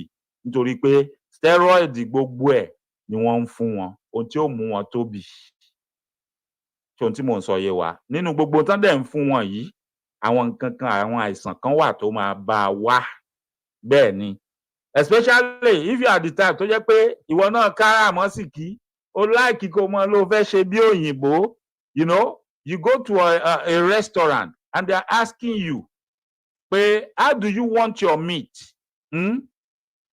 do you want it done rare or whatever ọ̀pọ̀lọpọ̀ wa aláìmọ̀ kan ibi tó ti ń bọ̀ o mọ̀ pé tá a bá pa nǹkan à á fọnú à á fọ gbogbo ẹ̀jẹ̀ tó wà ń bẹ̀ à á gbìyànjú kẹ́jẹ̀ dá lára ẹ̀ à wá sè é à á bọ̀ à á ṣe gbogbo ẹ̀ à á dín tá a bá fẹ́ dín à wá jẹ a dẹ̀ mọ̀ pé ó jiná dénú tán bá ṣe ohun tí ò jiná dénú tán bá gbé fún ẹ nílé ò ní jẹ ọ̀pọ̀lọpọ̀ wa wà dé ìlú òyìnbó wọn á ní medium rare well done èwo ló fẹ́ kàkà kó o sọ fún wọn pé well done lèmi máa ń jẹ o mi ò jẹ nǹkan ẹlẹ́jẹ̀ níbi tí mo ti ń bọ̀ ohun tó bá lẹ́jẹ̀ lára mi ì jẹ́ ìwọ náà fẹ́ ṣàfarawé wàá sọ pé medium rare àbí rare ṣé ohun tí mò ń sọ yé wa o ò sì mọ̀ ohun tán ṣe tí ò jiná tó bá ní kòkòrò tó wà lára ẹ̀ tó bá jẹ tó mọ̀ pé ó ti wà nú ara ẹ̀ àbí bẹ́ẹ̀ kọ́ ni ọ̀pọ̀lọpọ̀ saving grace tọ́pọ̀lọpọ̀ wa ní ni pé a ti develop àwọn immunity kan láti Áfíríkà wa ká tó wá síbí àwọn nǹkan kan ti wà lára wa tó jẹ́ pé a ti build ẹ̀ wá láti ilé tó jẹ́ pé tá a bá tiẹ̀ jẹ nǹkan tí ò dá ń bí tó jẹ́ pé tó bá já wọn náà jẹ wọ́n ti mọ wúkọ́ àìsàn ó ti mọ ṣe wọ́n àwa ti ní immunity kan lára àwọn nǹkan kan ti organism kan ti wà nù system wa tó máa fight ẹ̀ tó dẹ̀ jẹ́ pé torí pé a ti build ẹ̀ tipẹ́ a conquer èyí tí ò bá conquer òun ló ń dá àìsàn tá à ń gbé lọ sí hospital pé ara mi ò lè fight eléyìí mọ́ wọ́n wàá fún wa lóògùn tí ó ran àwọn nǹkan tó máa bá nǹkan yẹn jà tí ara ó fi overcome ẹ̀ wọ́n wàá fún wa àbí bẹ́ẹ̀ kọ́ ni ṣùgbọ́n ọ̀pọ̀lọpọ̀ wa ti máa ń gbàgbé a máa ń ṣe àfarawé àwa náà ó ṣe bí òyìnbó give me rare or give me medium rare ṣégbà tó wà nílé tó ń jẹ rare tó ń jẹ medium rare you've always ate well done eléyìí tán ṣe tó jiná tí ò sẹ́jẹ̀ tó jẹ́ pé tó bá ya ẹran yẹn tó bá jẹ́ báyìí wọ́n gan mọ̀ pé ti ṣe lé ó ti jiná but you come abroad ò ń ṣàfarawé medium rare wọ́n á tún máa tan àwọn ọ̀pọ̀lọpọ̀ wọ́n á níyẹn ló dáa jù ẹ̀rín ẹ̀ ń pa mí àwa ń béèrè pé bo ni gbogbo àwọn àìsàn yìí ń bo náà ti ń wá àwọn àìsàn tí àgbúrò ẹ̀ rí nílẹ̀ wa à ń béèrè pé bo ló ti ń wá nígbà kan tí HIV/AIDS tó gbalẹ̀ kan ṣebẹ́ gbóhun tán sọ wọ́n láyé àti Áfíríkà ló ti wá wọ́n láwọn ará Áfíríkà ló máa ń bẹ́ranko sùn láàrin èmi àtẹ̀yìn èmi mọ̀ pé gẹ́gẹ́ bí ọmọ Yorùbá àìbẹ́ranko sùn èmi ò mọ àwọn Fúlàní àmọ̀pọ̀ ń bá màálùú sùn bẹ́ẹ̀ ni ṣùgbọ́n ṣé Fúlàní ló kó HIV/AIDS wá tó fi dé Amẹ́ríkà tó fi dé UK tó fi káàkiri gbogbo àgbáyé I don't believe that right but they always love to point accusing fingers at us pé we are the ones that brought any bad or evil thing tó bá ṣẹlẹ̀ just like they told you and I pé black is bad black is evil anything black is not good abi you remember that experiment that was conducted with little kids Somebody conducted an experiment. Actually, it was a white man. And he did it on purpose because he wanted to expose the hypocrisy in everything. They put down, the normal dolls. Àwọn bèbí tán máa ń ṣe tó dàbí òyìnbó bíi Barbie. Just like bọ́pọ̀lọpọ̀ náà ṣe ń sìn nílé ní Áfíríkà. Ẹ máa gbọ́ gbogbo wọn tún sọra wọn lórúkọ I'm kìíní kan Barbie, I'm lágbájá Barbie, àwọn wèrè. Ọ̀pọ̀lọpọ̀ ọ̀nà kí ẹranko tí wọ́n mọ̀ pé wọ́n ń ṣera wọn ni. Bẹ́ẹ̀ náà ṣe brainwash everybody láti kékeré. Ẹ bá rántí kò sí bèbí dúdú, bèbí funfun ló wà. That was what we all grew up to know. So there is no way at any point in time, then the fact Martin sọ fún ẹ pé funfun òun ló dá, dúdú ò dá. But what you forgot is your skin is black. So if we say everything God created is good and God created me in his image and I'm black, I'm dark in complexion. But somebody is telling me that my color is not good. My color is of evil. And he's telling me that white is good. White is of, whatever. And I look at you, I don't see the whiteness in you. You just say you are white. You are not white. Wajaja color, but explanation, answer la ya àwọn nǹkan kan ni ló gbé wa débẹ̀. Ara brainwash tó ti ṣẹlẹ̀. Ara ohun tí colonial master tán ti fi tàn wá látàyè John. Ara ohun tí ẹ máa tún gbé yẹ̀wò tẹ́ máa dàrò nígbà tẹ́ bá ń kọ lẹ́tà yín to the former slave master and their stooges. Bẹ́ẹ̀ ni. Now, wọ́n wá gbé ètò kalẹ̀ pé ẹ jẹ́ ká fáwọn aláwọ̀ dúdú wọ̀nyí o. Gbogbo àwọn arebi pa yìí tá à ń pè ní third world country. Bó tiẹ̀ jẹ́ pé àwọn náà ní nǹkan àlùmọ́nì jù nílé ayé. Bó tiẹ̀ jẹ́ pé ọ̀dọ̀ wọn l'Elédùmarè fi gbogbo nǹkan táwa fi ń ṣe ilé ayé wa sí. A kàn mú wọn sí à ń rẹ́ wọn jẹ ni. À ń tàn wọ́n pẹ̀lú orúkọ Ọlọ́run. Gbogbo ohun tí a sọ fún wọn pé Elédùmarè ní kán mọ́ ṣe, kán mọ́ bá lè kọjú ìjà sí wa. Kán mọ́ bá lè béèrè ẹ̀tọ́ wọn. Kán mọ́ bá lè béèrè ikú tó pa bàbá wọn. A mọ̀ pé òun làwa ń ṣe sí wọn. Àwa sì la sọ fún wọn pé Elédùmarè Ọlọ́run, God said you should not do this. God said you should not cheat anybody. It is of evil, right? But we would cheat you without you knowing and make you even feel guilty and thank us after we have cheated you, which is gbogbo nǹkan tán fi bò wá lójú tí àwọn ọmọ ìran kíran òjíṣẹ́ wọn tán fi kalẹ̀ sẹ́yìn tí wọ́n bá wọn daṣọ bò lójú. I still challenge anybody, come and tell me what type of God will tell you pé you should keep respecting the person that is oppressing you.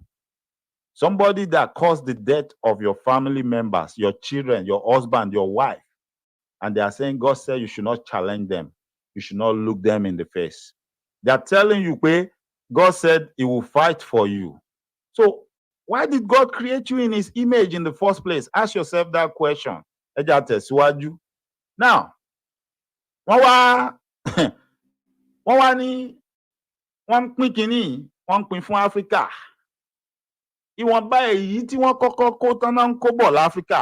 Ẹ gbọ́ mi dáadáa, ẹ gbọ́ mi yé o. Ọ̀fẹ́ ni wọ́n kó fún àwọn ẹranko ìnàkí wọ̀nyí o. They gave it to them free of charge. Nítorí pé wọ́n mọ̀ pé nǹkan táwọn ń rí lára wa ó jù bẹ́ẹ̀ lọ. When they now gave it to them, kí ló ṣẹlẹ̀ ń yá yẹn fún ọ̀pọ̀lọpọ̀ àtàbá rántí ẹ bá mi kọ síbẹ̀. Tá a bá rántí, tẹ́ bá rántí tí n bá ń sọ̀rọ̀ lọ ẹ máa kọ síbẹ̀ because I want to know pé you all remember this. Ẹ rántí pé gbà tí wọ́n ní wọ́n ń gbé vaccine bọ̀ Nàìjíríà. Kí làwọn wèrè ṣe? Wọ́n pe àwọn ẹlẹ́gbẹ́jẹgbẹ́jọ, wọ́n lọ mú aṣọ, wọ́n ní wọ́n lọ pàdé vaccine ní airport. They spend billions of naira láti lọ pàdé vaccine. Owó tí wọ́n ná yẹn kò ń ṣe owó feasibility pé bá ṣe pin tí ó kárí tí ó kan tẹrú tọmọ tó bá dé o. They spent it on the aṣọ ẹlẹ́gbẹ́jọdá tí wọ́n mú. They spent it on owó tí wọ́n lọ fi welcome ẹrù. Kì í ṣe ààrẹ orílẹ̀-èdè kankan ló ń bọ̀ o. Kì í ṣe pé wọ́n lọ pàdé ẹnì kankan o. Wọ́n lọ pàdé vaccine. Wọ́n lọ gbà á ní airport. Ẹ jọ̀ọ́ why do we need a committee or any special person from government to go and welcome the vaccine, other than people from the Federal Ministry of Health that are responsible for such to show up and take delivery and account for it? tó dẹ̀ yẹ kétò ti wà ńlẹ̀ pé tẹ́ bá ti gba kinní yìí o 50,000 lọ sí Kwara State o. Meanwhile ní Kwara State àwọn tí ó gbà á wọ́n ti mọ bí wọ́n ṣe ṣe 50,000 yẹn pé ókè o ẹ bẹ̀rẹ̀ látòrí àwọn arúgbó obìnrin, because the elderly are the most vulnerable. Gbogbo wa la mọ̀ yẹn, ìyẹn ò ń ṣe rocket science. The elderly are the most vulnerable as at that time. Àwọn ni wọ́n wà nínú ewu jù. And tá bá ń sọ̀rọ̀ elderly pé wọ́n wà vulnerable, to the best of my understanding, gbogbo any elderly person tó bá ti ní ètò àìlera kan àbí kejì, they are the first priority. Torí anybody tó bá ti ní any type of sickness tẹ́lẹ̀, when the vaccine comes in, they are supposed to be the first to be attended to, because wọ́n ti ní underlying condition and they need to be protected. After that, àwọn arúgbó tí wọ́n ní any underlying condition, but ṣé gbogbo wa la mọ̀ pé ó rare ká tó rí arúgbó tí ò ní one or two things tó ń ṣe wọ́n nínú ara tẹ́lẹ̀tẹ́lẹ̀. Lẹ́yìn yẹn, arúgbó ọkùnrin, then àwọn ọmọ kéékèèké tí wọ́n bá wà at risk. Ó máa carry everybody, but bọ́n ṣe ṣètò ẹ̀ láwọn ìlú tó dàgbà sókè nìyẹn. Bọ́n ṣe ṣètò ẹ̀ láwọn ìlú tó dàgbà sókè nìyẹn. Wọ́n mọ̀ pé èèyàn pọ̀, wọ́n dẹ̀ mọ̀ pé yóò gbà wọ́n lákòókò. Ó ní bọ́n ṣe ṣètò ẹ̀. Irú èmi ń sin ibi tí mo ti ń ṣiṣẹ́, wọ́n gbà mí láàyè pé ijọ́ tó bá wù mí, àkókò tó bá wù mí kí n lọ gbà á. Mi nílò láti sọ fẹ́nikẹ́ni, tí wọ́n ṣáà ní pé kí n mú pépà wá pé mo ti gbà á, ìyẹn náà fẹ́ mọ̀. Ọjọ́ tí mo lọ gbà á, ibi tí mo ti lọ gbà á kò jìn síbi iṣẹ́ mi, iṣẹ́ ìjọba mò ń ṣe. Mercedes-Benz Stadium in Atlanta, ẹgbẹ́ ibi iṣẹ́ mi ló wà. Inú bẹ̀ náà kó àwọn sójà, we call them olórúkọ tó ń pè wọ́n.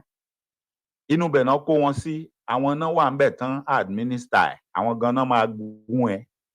And when you get there, wọ́n máa béèrè gbogbo nǹkan tó yẹ kán béèrè lọ́wọ́ ẹ̀. And then they will send you to the right place. When it's your turn, wàá jókòó, wọ́n á bi ẹ́ ọwọ́ wo lò ń lò. Tó bá lọ́wọ́ ọ̀tún ló fi ń kọ nǹkan, wọ́n á fún ẹ lọ́wọ́ òsì ẹ, because ó ṣeé ṣe kó fẹ́ kíbẹ̀ fẹ́ wúwo díẹ̀ after tó bá gbà á, wọn ò dẹ̀ fẹ́ kó dẹ́ ẹ dúró láti ṣiṣẹ́ ẹ̀.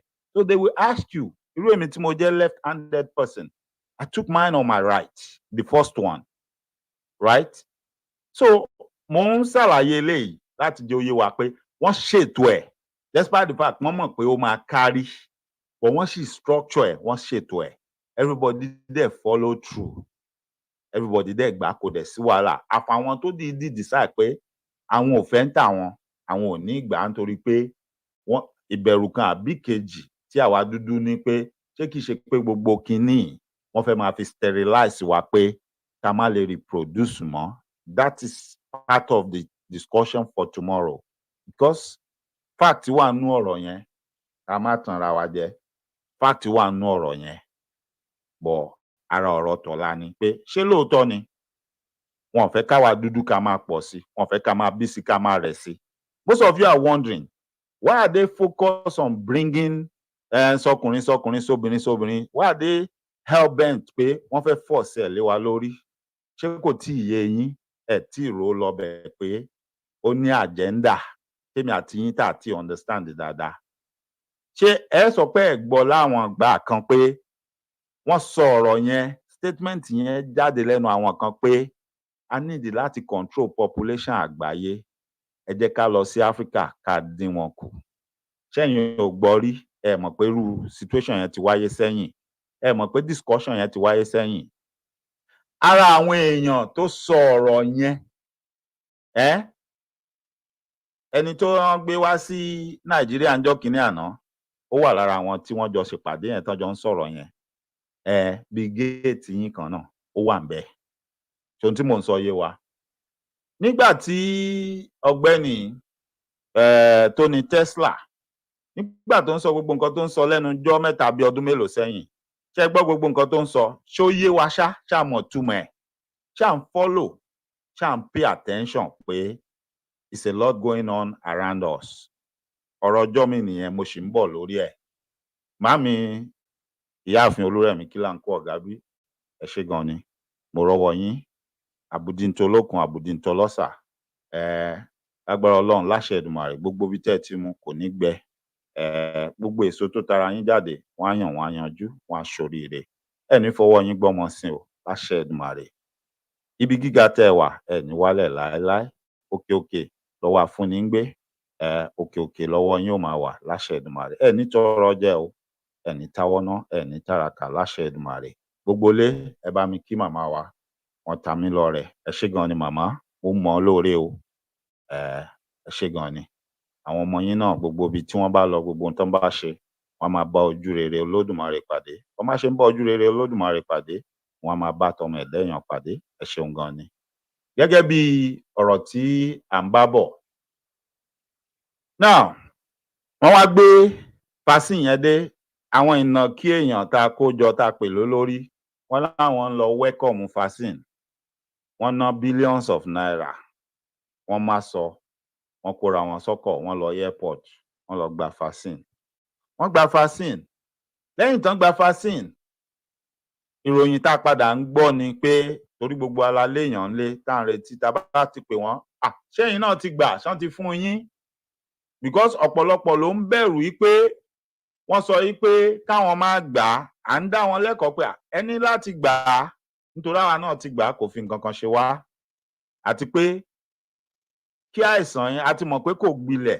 bọ́tá bá ní kò ní gbilẹ̀ tó bá lọ gbilẹ̀ ńkọ́ ẹ gbà á àwọn èèyàn tí wọ́n sọ pé àárí gbà àwọn kọ̀ọ̀kan tá à ń gbọ́ tán tá a mọ̀ tán láwọn gbà á wọ́n já wọn tán rí jẹ sẹ́kù àbí tí wọ́n mọ̀ yẹn nù ìjọba tán bá máa sọ fún yín wá ní ẹni táwọn mọ̀ yẹn ló bá wọn ṣe o àwọn sanye báyìí they had to bribe somebody to get that fascination níbi tí àwọn ọ̀nà kí ẹ̀hàn náà wọ̀n wọ̀nyí tán balẹ̀ ayé jẹ́ dé ohun tán bù wọn lọ́fẹ̀ẹ́ tí wọ́n sanwó fún lẹ́yìn tí wọ́n kó àìmọye billions of naira tí wọ́n kó jẹ tán láwọn fi mú aṣọ àwọn lọ wẹ́kọ̀mù fásìn tí wọ́n store tí wọ́n kó sínú ìgò tí wọ́n ship wá fún yín wípé kẹ́ ẹ fi fún àwọn èèyàn ẹ náwó láti ṣèdánilẹ́kọ̀ọ́ ẹ náwó láti ṣe feasibility study bí ó ṣe kárí gbogbo èèyàn ẹ náwó láti ṣètò bẹ́ẹ̀ ṣe máa sọ fún àwọn èèyàn pé òkè o ìdí tó ṣe pàtàkì rèé o fún yín láti gbà o àmọ́ ẹ náwó láti mú aṣọ ẹgbẹ́jọdá ẹ náwó láti jó lọ sí airport láti lọ welcome fásìn nígbà yẹn I think that was 2020 or 2021 ní incident ìṣẹ̀lẹ̀ lẹ́yìn tán wá ṣe gbogbo yẹn adúpẹ́ lọ́wọ́ Ọlọ́run COVID ò fi bẹ́ẹ̀ pa àwọn èèyàn mẹ̀kúnnù lọ títí ọ̀pọ̀ tó kú nù wọn gan ara àwọn tán jọ ń jẹjẹkújẹ tán jọ ń travel out tán ń lọ káàkiri bóyá bí tán ti yọjú ràn lọ sí òkè òkun náà ti kó COVID yẹn tán kó wálé ọ̀pọ̀lọpọ̀ wọn ló padà jọlọ́run ní pé kọ́lọ́run foríjì wọ́n àfihàn wọ́n kọ́lọ́run sì dáríjì àwa náà tá à ń sọ̀rọ̀ ìyẹn wá lọ bẹ́ẹ̀ ẹ wá gbọ́ ọ̀rọ̀ tí bàbá wa wá ń sọ ẹ wá tí ìgbà tí COVID-19 tó ti kẹ́sẹ̀ ńlẹ̀ tó kàn jẹ́ pé ràlẹ̀ ló kù ńlẹ̀ àwọn ilẹ̀ òkèrè gan òkè òkun tó ti pa wọ́n jù gan kò fi bẹ́ẹ̀ sẹ́ni tó ń fi bẹ́ẹ̀ kú torí COVID mọ́ wọ́n kàn sì ń sọ̀rọ̀ ńpa ẹ̀ wọ́n ń dáhùn èèyàn lẹ́kọ̀ọ́ nítorí pé kó má bàa padà wá àti pé kán wò bóyá wọ́n lè rí kó kásẹ̀ ńlẹ̀ pátápátá wọ́n ṣe ń sọ̀rọ̀ ńpa ẹ̀ tán ń ṣètò ńpa ẹ̀ ìyẹn ni bàbá Fálànà wa ń sọ fún wa bí nísìnyí pé ìjọba bàbá wa Bọ́lá Ahmed Tinubu wọ́n láwọn pín 123 billion if I'm not mistaken fún àwọn gómìnà to fight COVID. Which COVID are they fighting in 2023? Which COVID? Is it the COVID that the foreign governments gave them free vaccines for many years back? Or which COVID? Now, part of my question now. All the good people tí wọ́n sọ fún wa wípé wọ́n kó sínú gọ́ọ̀mẹ̀ntì eléyìí ó ṣe dáadáa eléyìí ò bá wọn ṣe rí kò sínú oníjẹkújẹ. Ẹ rántí that young girl tí wọ́n pè tán sọ pé special adviser. Ohun tí ò ṣẹlẹ̀ rí nínú history of Nigeria that Baba Bola Ahmed Tinubu made happen. They are bringing the youth into the government. Tá a sọ ọjọ́ kìíní àná pé these are just photo gimmicks. These are photo ops. These are stuff that sound good to the ear. Something new until salary. But the questions we were asking them was, what will that little girl do?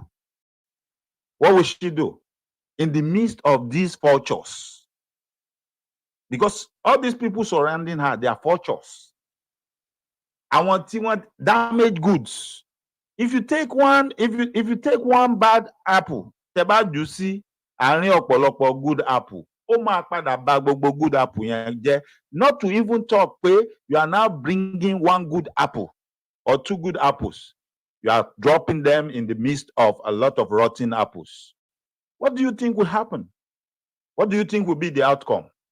Rather than for them to leave this young girl alone with whatever good thing she's doing that she was noted for, so that so that Yoruba land can look at such people in future.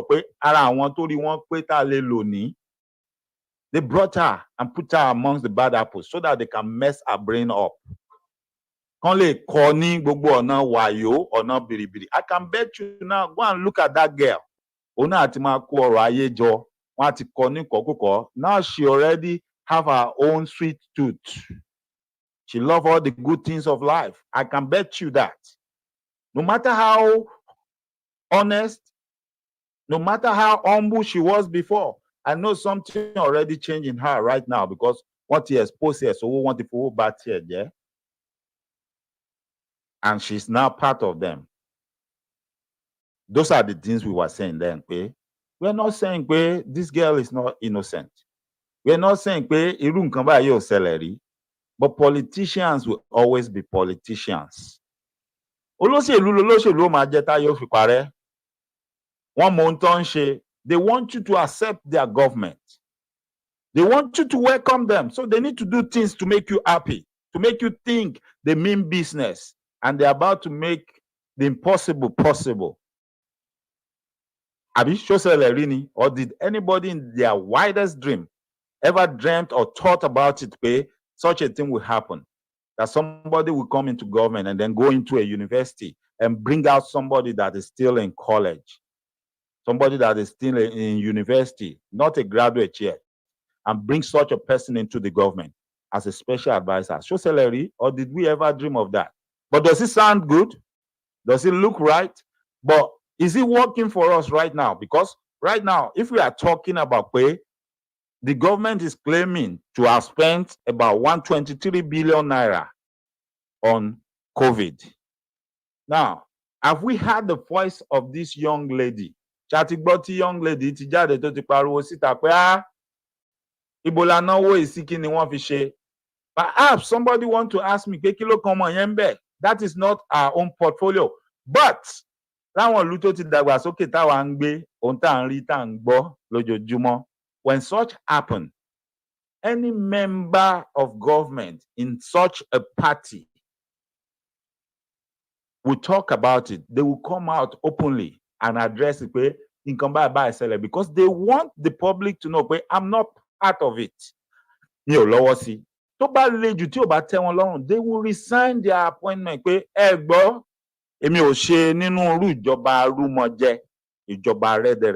How many of them have you seen come out here and say, this is what is going on, and I don't want to be part of this? But what they are all doing right now, everybody is storing away wealth. The people are groaning now. They are crying. Some people are killing themselves. They are buying themselves right now in large numbers. It's only you are not hearing about it. Because bóyá abúlé ló ń gbé wọn gbé lọ hospital lọ ṣe autopsy kan fi mọ̀ pé ó jẹ májèlé ni. Because ó ti rò pin wípé irú kí leléyìí, kí ló ń fẹ́ ṣe sí. ó bẹ́tà kó máa lọ kàkà káwọn ọmọ àtìyàwó máa sunkún sí òun lọ́rùn pé kí ni wọ́n fẹ́ jẹ kí ni wọ́n fẹ́ mu kó má mọ ohun tóun ó sọ àbọ̀ ohun tóun máa ṣe. Wọ́n ní kò sí nǹkan tó ń bàgbà lẹ́rù bíi fátá dá tí ò létùtù òun lọ̀rọ̀ tó wà nílẹ̀ yìí. Kò sóhun tó ń bàgbà lẹ́rù bíi fátá dá tí ò létùtù. Now wọ́n wá ní wọ́n fi owó wọ́n fi ṣe kíni wọ́n ná fún àwọn gómìnà kan fi ṣètò covid tí ó ti wọlẹ̀ covid tó jẹ́ pé ìgbà tó wà rampant gan kò mì ọ̀pọ̀lọpọ̀ àwọn orílẹ̀-èdè tó wà ní Áfíríkà. Ìgbà tí covid le gan wọ́n gbérù ìgbésẹ̀ yẹn wọ́n nárú owó yẹn nísìn ni wọ́n náwọn nárú owó yẹn.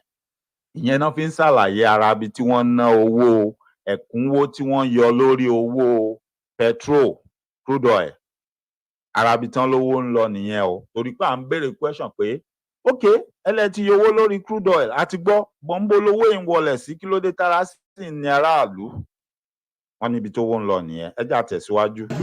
And this must be our demand from here. This regime must, and if we have to go to the street, it's so fundamental. This regime must, comrade, must. Yes. Warehouse the gains of the removal of fuel subsidy and channel it towards alleviating the poverty of our people. What I mean is this. Again, you can Google. In April last year, what the three tiers of government, the federal government, the state government, and local government shared was 655 billion naira. In April, when subsidy was removed,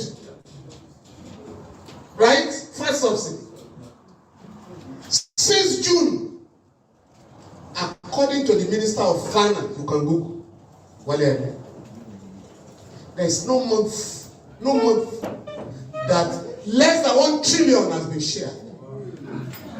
As a matter of fact, you can quote me on this. In June last year, what they shared was 1.9 trillion. They were balanced when they got to Abuja. Where is this money come from? They had to save 900 billion and shared, please, and shared 1 trillion. In December last year, you know the governors came to Lagos to celebrate with Governor Bola, President Bola. Are you aware? Yes. That month, what was shared was 1.7 trillion. That is apart from the 135 billion I just told you about in December. So if anybody tells you Nigerians must sacrifice because there's no money, tell them what they are saying is bokun. Push it. So what we should be demanding, where are the gains of subsidy removal? Do you understand me? Yes. When we had a situation like this, a little situation under Abacha, as bad as Abacha was, he set up what we call the PTF. You understand me? Yes, sir. The gains of fuel increase then was kept and used to address infrastructural crisis in the country. So this time around, we are demanding for our right because what they told us, all of us, subsidy is gone. I mean, they said the gains of subsidy will be used to address the problems of unemployment, of insecurity, of food crisis, and so on and so forth. But today, the people have been forgotten. These National Assembly people who are pretending in the last few days, senators called, the managers of the economy, House of Rep called them, and they addressed the press. that we want to help the poor. Let the poor breathe. These ones, please, each of them in Abuja, including those who had no bicycle before they went there, gave themselves a 160 million naira jeep, each of them. Yes. Yes. And I'm going to throw a challenge to you, comrades. The budget of National Assembly this year was 178 billion naira. The National Assembly members themselves rewrote the budget and raised it to 344 billion. And they pretend, oh, that we have to suffer together. We understand your pain. We are addressing your problems. Liars. It is a lie. Unless you demand for your rights, nobody will give you your rights.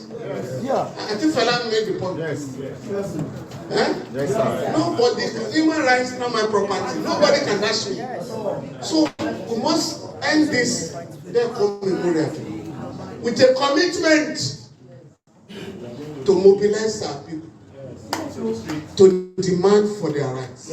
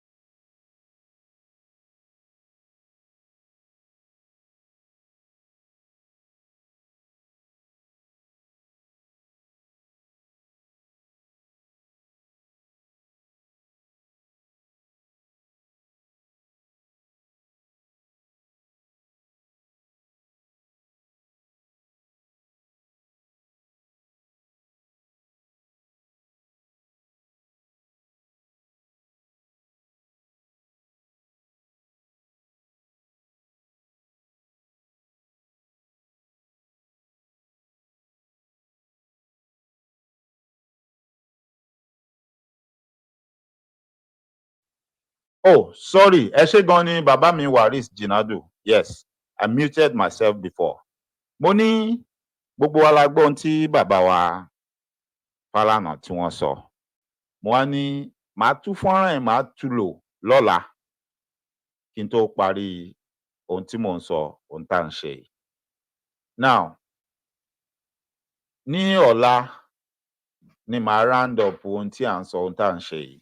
Màá tú fọ́nrán yìí lò lọ́la kí n tó parí before I come to my submission on this.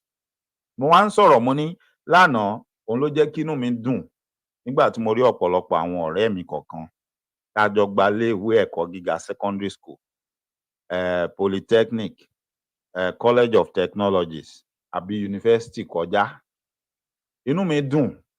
Bákan náà lẹ́gbẹ̀ẹ́ kan inú mi bàjẹ́ nígbà tí mo rántí pé àwọn kọ̀ọ̀kan nínú wọn wọn sí pẹ̀lú wa mọ́. Wọ́n dẹ̀ jẹ́ akíkanjú èèyàn, wọ́n jẹ́ akíkanjú ọmọ ọkọ. Nítorí pé mo rántí ńgbà náà nǹkan ò dẹrùn ṣùgbọ́n kò le tó báyìí. Pàápàá jùlọ ọ̀pọ̀lọpọ̀ ìgbà tá à ń sọ ó jẹ́ ìgbà ayé ológun. Táwọn kan bá jáde lénìí tán sọ pé àwọn làwọn ṣe kinní kan, àwọn ń ju kinní kan lulẹ̀, ó ń di kinní kan. Kudos to all of them because they all did what they said they did and they did well.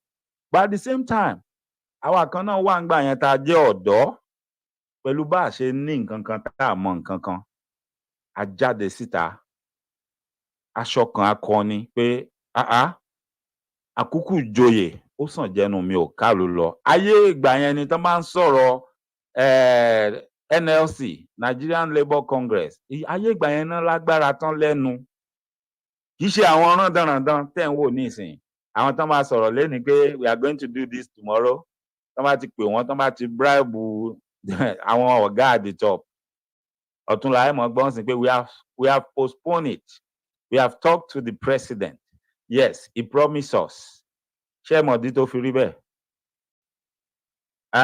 when Ayi Kwe Ama I think he's a Ghanaian author when he wrote the novel The Beautiful Ones Are Not Yet Born that was a vision about Africa. Yes, I used to be a literature student. I was a literary student. So I read a lot of these novels. I read a lot of literature books.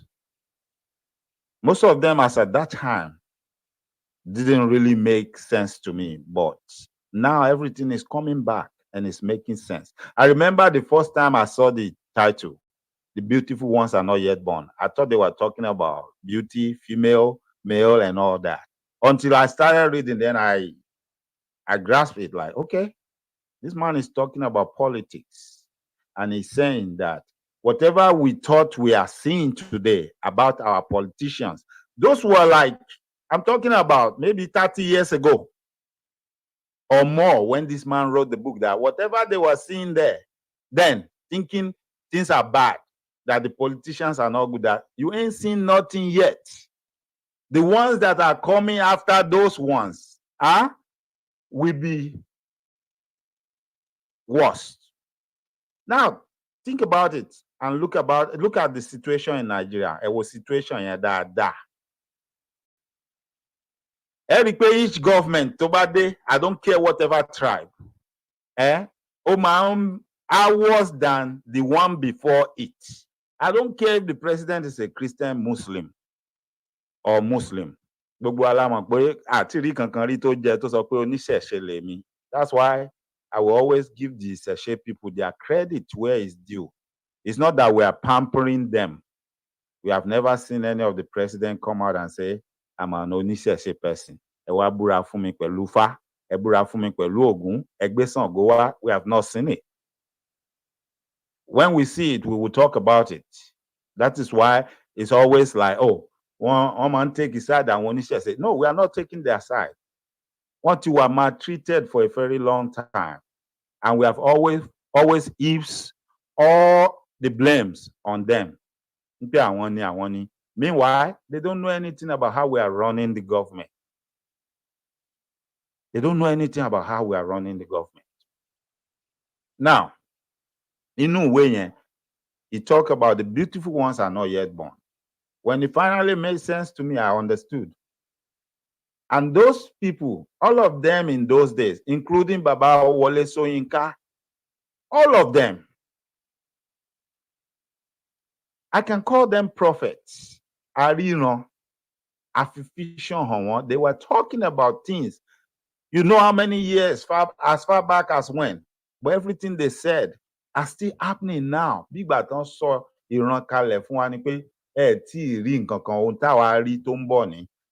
though it was a literary, it was a literature book that we had to read. But now we understand that these people saw something. God showed them a vision. Eledumare showed them something. And they wrote all these things down. People like Fela in his music, he was talking about stuff. They call him Amungbo. They call him a pagan. But the man was telling us what is to come in future. Are we not seeing it now? Are those things not happening? Even everything Fela said during his lifetime. If I call Fela a prophet now, I can say none of the prophets even could come close to what Fela was, because everything that man predicted then, everything he spoke about, we are seeing it now. We're seeing it now. But that was somebody tí wọ́n pè ní Amungbo fún wa. Tán lọ́rọ̀ ẹnu ẹ̀gbẹ́ ta ló ká má tẹ́tí sí pé kò mọ nǹkan tó ń sọ, kò mọ nǹkan tó ń ṣe. Is he right? Was he right or right? The man was right all along. Now, let's come back to gbogbo nǹkan wá ń ṣe, gbogbo nǹkan tó ń ṣẹlẹ̀. Ẹ bá rò pé kò yé wọn. Recently, mo gbọ́ pé wọ́n ti jókòó, wọ́n ti ń discuss about state police. Wọ́n ti jókòó, wọ́n ti fẹ́ máa discuss about state police. And I will tell you right now, that is another way, another method, another plan to derail and delay the people. They know what is about to happen. They know what is coming. But they need to find a way. They need to find a means to make it look like, oh, we're doing something. We are going to resolve this whole issue very soon. That's a big lie. The only solution, if we are not going to deceive ourselves, just like we said before, and some people said we should go away. We don't know what we are doing. We don't know what we are talking about. Somebody is a political mathematician. Somebody is going to bring a magic wand and change things around. And before you know it, voila, there will be light. There will be free education. And then people will be able to afford 3 daily meals without stress, which we all see right now. Those were fallacies that they fed you before the election. Because immediately after the election, we all knew what was up, right? We all knew. They told us there's a new boss. There's a new sheriff in town.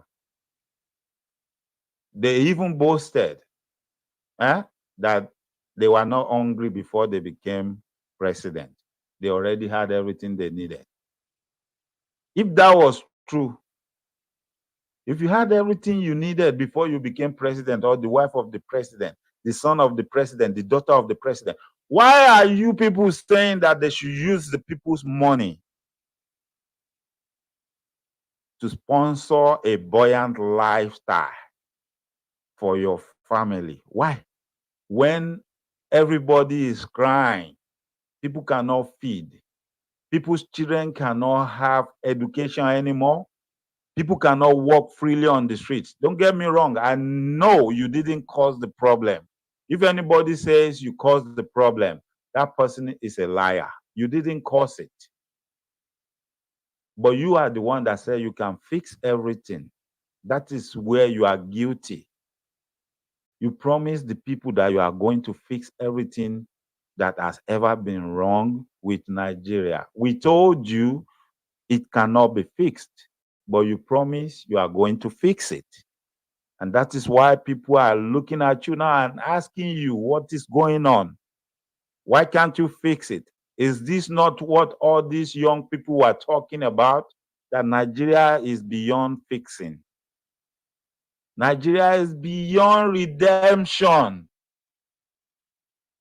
Now back to them saying they want to, they are discussing about forming a state police, which would be another problem. That is not the problem we are having. And that will not be a solution to the problem. I know the next thing is they said they are also talking about constitutional amendment, which means they are leaning towards certain things just to deceive the people, just to trick them so that everybody can go back to sleep. And this upcoming roar that is about to boomerang can go to rest. That's what that is all about. Because just like before, they're about to give you another false hope. Just like before, they're about to give you another false hope. Hope upon hope. Like the same type of hope they've been giving us when people like us are still little kids. The same hope they've been giving us up to this time when I'm this old. Okay, we are the future leaders. How old am I now? I'm not a leader. I'm not even anything close. Well, I'm a leader in my house. I've been in a leader in certain areas, but that's between my own peers. Maybe in sporting activities with my own peers and in some other area. And also in a foreign land, as a foreigner, which shows that I have the quality, I have the ability. But in my own homeland, that is not possible. That is not feasible. When people like you and I show our face, we become meal for them to feed on because we don't fit into their plan. Their ways are not our ways. Their plan are not our plan. They hunt us down. They tell us we have no place in their midst because we are not ready to play game. We are not ready to play the ball they are playing. We have a different mindset from their own mindset. People like you and I don't fit in. And people like you and I don't survive in their midst. That's why when I see anybody go into their midst and say, I'm different, I laugh. I say, no. No, you've always been part of them. Because for you to fit in amongst them, you must be part of them, or you are ready to become part of them. I remember somebody told me that sometimes, all these Baba Saleh, tí wọ́n máa ń ní, àbí bẹ́ẹ̀ kọ́ ni, wọ́n ní nígbà míì tán bá ń fẹ́ mú ẹlòmíì candidate, wọ́n á pè é, wọ́n á bí ní question pé wá. Tí nǹkan bá dà wá àtèèyàn papọ̀, tẹ́ bá ń jà sí, tó bá jẹ́ matter of life and death ni ó fi bọ́ sí ẹ lọ́wọ́, kí ló ṣe? Wọ́n ní tó bá dáhùn, tó bá sọ pé wàá wá bó ṣe máa ṣe wàá tó nítùbínùbí, you are not a good candidate for them. Ṣùgbọ́n tó bá lè sọ fún wọn pé máa yanjú ẹ̀ dànù kó jẹ́ n ríbi lọ, you are the type of candidate they want. Can I do that? No, I can never do that. Nítorí kí ni? Wọ́n ní kí làgbẹ̀ ń ṣe lóko tó ń dòru bí ò bá ṣe pé ó fẹ́ jí nǹkan àgbẹ̀ ẹgbẹ́ ẹ̀, ó fẹ́ jí kó ni. Báwo lèyàn ó sì sọ pé o fẹ́ lọ ṣòṣèlú, o fẹ́ tùlú ṣe, ó wá di gbòòlọ́yà.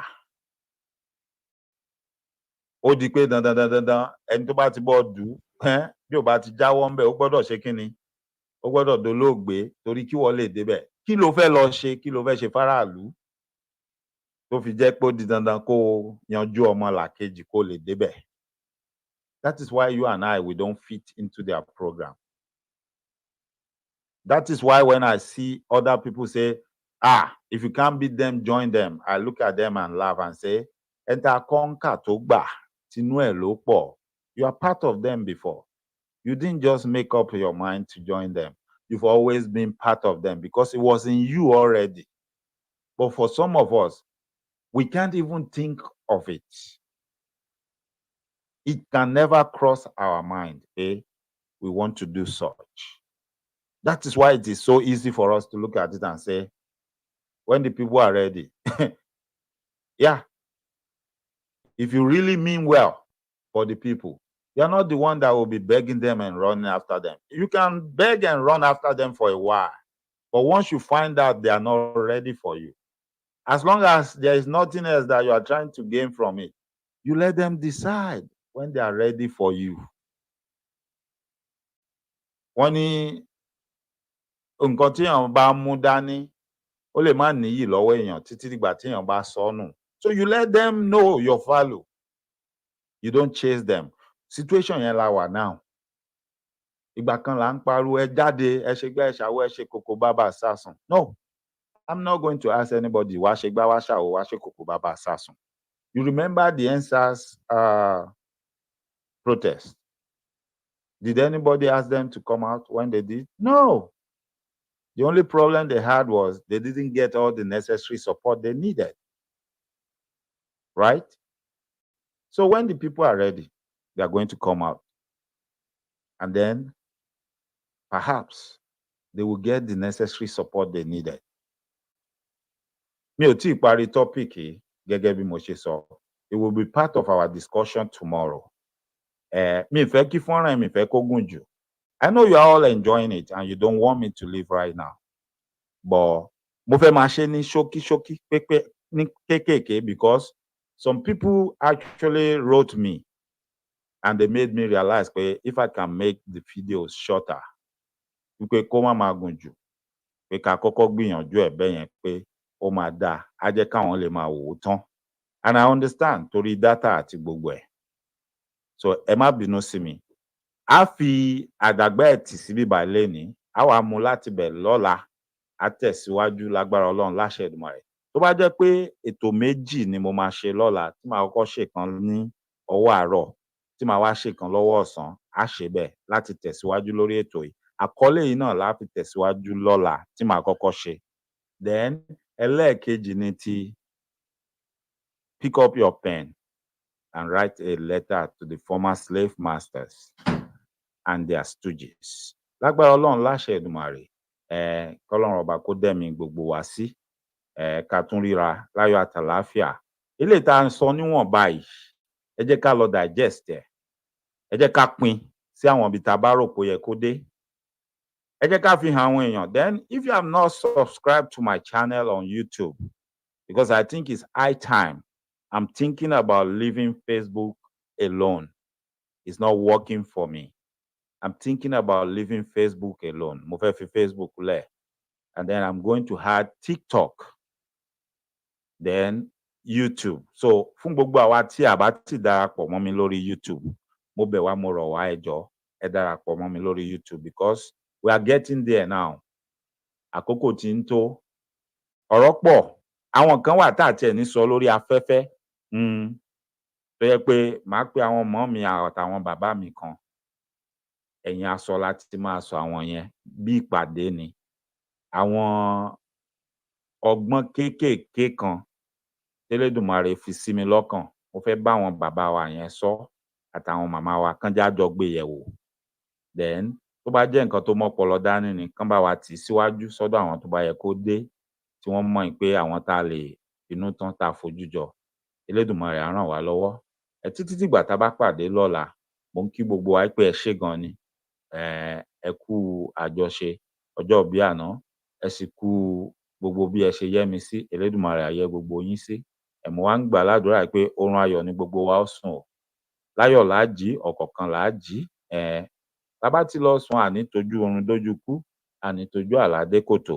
Lágbára Ọlọ́run láṣẹ Èdùmàrè, gbogbo ìgbà tá a bá jí, gbogbo ibi tá a bá lọ, àní rìn jọ́ tébi ń pọ̀nà o, àní ṣìrìn, àní ṣìjẹ, àní ṣìmú o, àní ṣìlẹ̀tẹ̀, àní bólórí burúkú èèyàn wọkọ̀ pọ̀. Gbogbo ọkọ̀ tá a bá wọ̀, wọn ò ní sọ ọ́ di pósí tí wọ́n mọ̀ fi gbé wa dìgbàdìgbà láṣẹ Èdùmàrè. Mò ń gbà ládùúrà. Ọkọ ò ní kú mọ́ yín lójú o, aya ò ní kú mọ́ yín lójú, ọmọ ò ní kú mọ́ yín lọ́wọ́ lágbára Ọlọ́run láṣẹ Èdùmàrè. Nítorí àwọn àgbà kan wọ́n lọ́mọ ìtọ́wọ́ ẹnìkọlà kú. Àwòye ní gbogbo àwọn ọmọ yín. Gbogbo ẹ̀yin ìyá mi, táyé ti fẹnu ṣáta yín. Wọ́n pè yín lájẹ́, wọ́n pè yín lémèrè, wọ́n pè yín ní gbogbo orúkọ tán pè yín. Èmi ń bẹ̀ yín láṣálẹ̀, ẹ foríjì wá, ọmọdé ló ń ṣe wá o. Àwọn tán fẹ́ tàn wá jẹ, àwọn náà ń sọ bẹ́ẹ̀ fún wa. A ti gbọ́n báyìí. Agbọmọlà ni gbogbo yín. Kò sí agbọmọpa nínú yín. Ẹ̀yin tẹ́ wò wá láti kékeré tá a fi tó bá ṣe tó ìtẹ́ pa wá jẹ. Tí nǹkan wá ní ká mọ̀ sá fún yín. Àwa ò sá fún yín mọ́ o. Bá burú kankan bá ṣe wá, ojú tì yín o, àdọwọ́ yín o. Ọ̀já tẹ́ fi ń pọnmọlà, tọmọ ẹ̀ jábọ́, ẹ fi pọn gbogbo wa. Ẹ má jà burú ṣẹlẹ̀ sẹ́nikẹ́ni nínú wa. A dúpẹ́ lọ́wọ́ yín o, a mọ̀ ọ́ lóore o. Gbogbo ẹ̀yin bàbá wa náà, a bẹ̀ yín. Gbogbo bẹ́ẹ̀ ṣe ń ṣe láti pilẹ̀ṣẹ̀ wá, ó fi ń já sí dáadáa. Ẹ rántí wa. Ẹ gbé wa ró o, ẹ má jà jábọ́. Elédùmarè á tún ti yín náà ṣe. Àtilé àti ọ̀nà yín kò ní dàrú. Gbogbo ibi tí ẹ sá pamọ́ sí, ọmọ aráyé ò ní rídìí ẹnikẹ́ni nínú yín láṣẹ Èdùmàrè. Títí dìgbà tí a bá pàdé lọ́la, èmi ọmọ yín àbúrò yín ni Dr. Banji Michael Ọlágúnjú. Ọmọ wọn lódò ọwá, ọmọ àtàkìtì lórí ìrókò, ọmọ àfẹnugbégbá ẹbọ.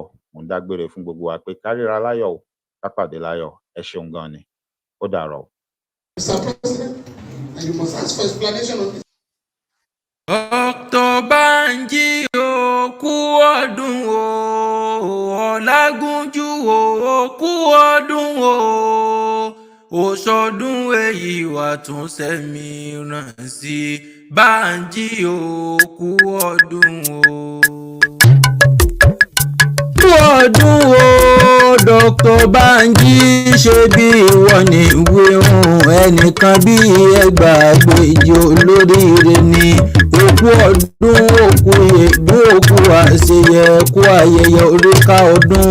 orí adému ló sọdún èyí pò ṣe tẹ̀mí sí lágbára Ọlọ́run ọba ìran ọlọ́dún ní mọ́dún ẹ̀ lọ́dún bí oyin ti ṣe tiẹ̀ nínú afárá àgbáyún ṣe tiẹ̀ léso bí èké ti ṣe tiẹ̀ lápùrọ̀ àṣeyí sàmọ́dún ọdún ayọ̀ ló sì máa ṣe lágbára Ọlọ́run ọba ọlágúnjú ṣe bí wọ́n ní ń ké sí lọ́wọ́ Dr. Michael ṣe bí wọ́n ní wóhun ọmọ ọbẹ̀ ní ọbẹ̀ níbẹ̀ sọ àtẹ́lẹsẹ̀ níbẹ̀ náà ìgbà rẹ̀ tí ń dùn yọ Ọlọ́run ọba oníjọ́ tán láíláí ìwọ ò ní ìrẹ̀lẹ̀ ó sì máa ga ní lágbára Ọlọ́run.